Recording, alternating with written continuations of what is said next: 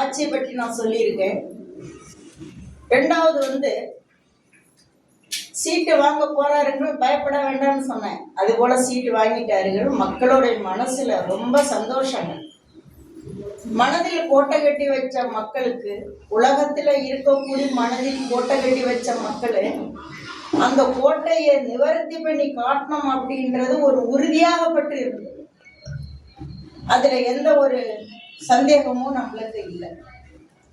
ரெண்டாவது எப்படி அப்படின்னு கேட்டீங்கன்னா, ஆட்சியில் அமர்ந்தாரு, அவருக்கு குறை சீட்டுகளே கிடைக்கிறதுக்காக அவர் ரொம்ப வேதனையில் இருந்தார். அப்ப கேட்டாங்க மக்களே, அம்மா சீட்டுகள் குறையாகப்பட்டு இருக்கு, இதுக்கு என்னம்மா வழின்னு சொல்லி கேட்டாங்க. அப்ப நான் சொன்னேன், தளபதிக்கு சீட்டு வந்துருச்சுங்க அப்படின்னு சொல்லிட்டேன். ரெண்டாவது கேட்டாங்க, ஒரு சீட்ல கம்மியா இருக்குன்னு சொன்னாங்க. அப்ப நான் சொன்னேன், ஒரு பெண்மணி ஒரு சீட்டு கொடுப்பாங்கன்னு சொன்னேன். அம்மா நாளைக்கு ஒரு பொழுதுதான் இருக்கு, இன்னைக்கு ஒரு பொழுதுதாம்மா இருக்கு, நாளைக்கு இல்லைன்னா இல்ல அப்படின்னு சொன்னாங்க. இன்னைக்கே முடிஞ்சு வச்சுங்க, போங்க பச்சை கொடி காட்டுங்கன்னு சொன்னேன். நான் ஏற்கனவே கொடுத்த ஒரு விளம்பரங்கள்ல ஒரு சாமியார் பார்த்திருக்கிறாங்க. ஒரு சாமியார் பார்த்து அந்த சாமியார் என்ன சொல்லியிருக்கிறாங்க, விஜி கிட்டேயோ இல்ல விஜயோட கட்சிக்காரங்ககிட்டயோ என்ன சொல்லியிருக்கிறாங்கன்னா, அவர் வருவாருன்னு சொல்லியிருக்கு. இப்ப அவருக்கு ஒரு பொசிஷன் ஒண்ணு காத்திருந்து கொடுத்திருக்காங்க விஜி. ஆனா நான் சொன்னதை அவங்க சொன்னார்கள்.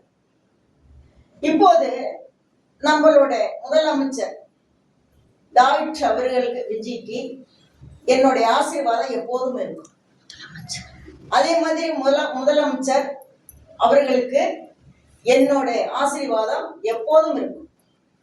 பார்க்கக்கூடிய மக்கள், அவங்களுடைய கட்சிக்காரங்கள், அவங்களோட சிநேகிதம் உள்ளவங்க, பார்க்கக்கூடிய மக்கள் கண்டிப்பாக என்னுடைய குரலை கண்டிப்பாக விஜய்க்கு ஷேர் பண்ணி விடுங்க. ரெண்டாவது, இந்த மாரியம்மாவை கனி சொல்லம் உடுக்கு மாரியம்மா, உலகத்துக்கே கேட்டவரம் கொடுக்கக்கூடிய மாரியம்மா. இந்த மாரியம்மாவுக்காக எத்தனையோ கட்சிக்காரங்கள்கிட்ட நான் இடம் கேட்டேன், யாருமே தரல. ஆனா நாம பெத்தெடுக்காத மகன் விஜய், அந்த நாம உலகத்தில் பெத்தெடுக்காத மகன் விஜய், அவர் இன்றைக்கு முதலமைச்சராக நேர்ந்து நாம உட்கார வச்ச சீட்டி, அந்த சீட்டில் உட்காரும் போது கூட பாருங்க, ஒரு வருத்தத்தோடையும் ஒரு வேதனையோடையும் மக்கள் கொடுத்தாங்களேன்னு ஒரு வேதனையோட உட்கார்ந்து இருந்தாரு. அது நம்மளுக்கு பார்க்கும்போது பல கண்ணுகள் வேணும். அதே மாதிரி அவர் 100 வயது வரை வாழணும், இந்த நாட்டை கையில் வைத்து வாழ்ந்து வர வேண்டும். ரெண்டாவது, எம்ஜிஆர் என்னென்ன செஞ்சார்களோ அந்த எம்ஜிஆர் செஞ்சது எல்லாம் நாம் பெற்றெடுக்காத விஜய் அவர்கள் செய்வார்கள்.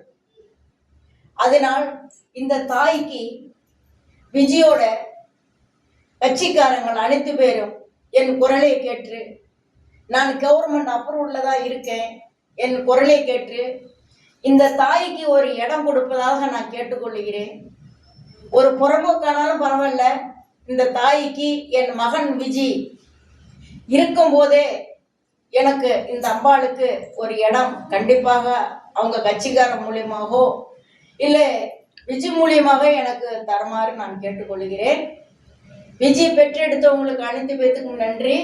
அதுபோல விஜய் கூட்டினார்கள் அனைத்து பேத்துக்கும் நன்றி. எல்லாருக்கும் என் ஆசீர்வாதம்.